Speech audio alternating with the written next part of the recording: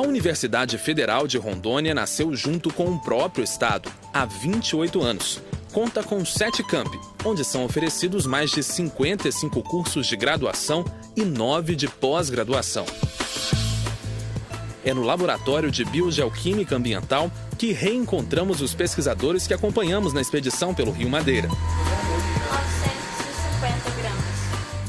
O peixe que foi pescado lá no rio, aqui vai para o tubo de ensaio. Misturado a algumas substâncias, é preparado para que seja analisada a contaminação dele pelo mercúrio. O mesmo é feito com a água, os sedimentos e os fios de cabelo. Encerrada a preparação das amostras coletadas no rio, é hora de começar as análises. Agora que já estão transformadas em líquido, elas são colocadas neste aparelho aqui, que com a ajuda de um programa de computador vai apontar os índices de concentração do mercúrio em cada um desses materiais. A Marília, quem está trabalhando aqui nesse equipamento, Marília, como é que você faz a interpretação desses dados? Então, com a leitura do aparelho, a gente determina segundo o que a resolução da OMS preconiza, que igual para peixe é de 0,5 ppm de mercúrio.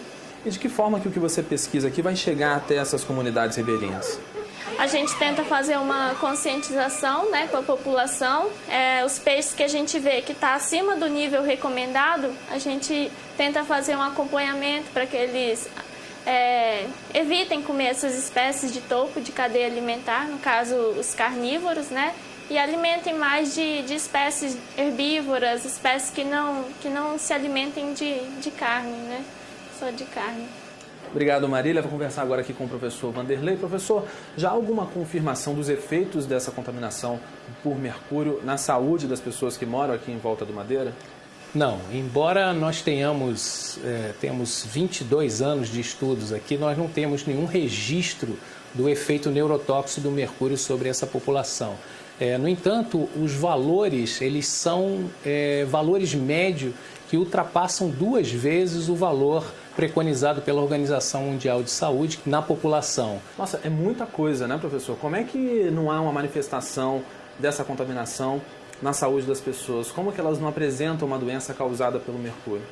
A principal hipótese que a gente vem buscando, em conjunto com vários outros pesquisadores de outras universidades, é a presença do selênio na dieta também dessa mesma população. O que temos como hipótese é que esse selênio inibiria a ação tóxica desse metilmercúrio. E essa população, embora esteja recebendo uma ingestão elevada de metilmercúrio via um excessivo consumo de peixe, essa população também está recebendo via, por exemplo, a castanha do Pará, a dieta de selênio. E talvez ela seja...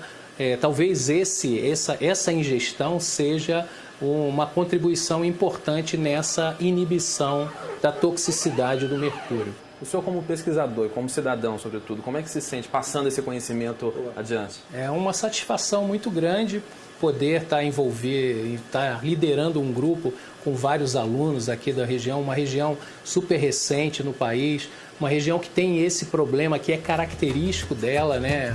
A gente tem como meta também no grupo a formação de massa crítica regional para que essa meninada, como eu gosto de dizer, possa ter uma boa formação para estudar os problemas que são inerentes à sua região.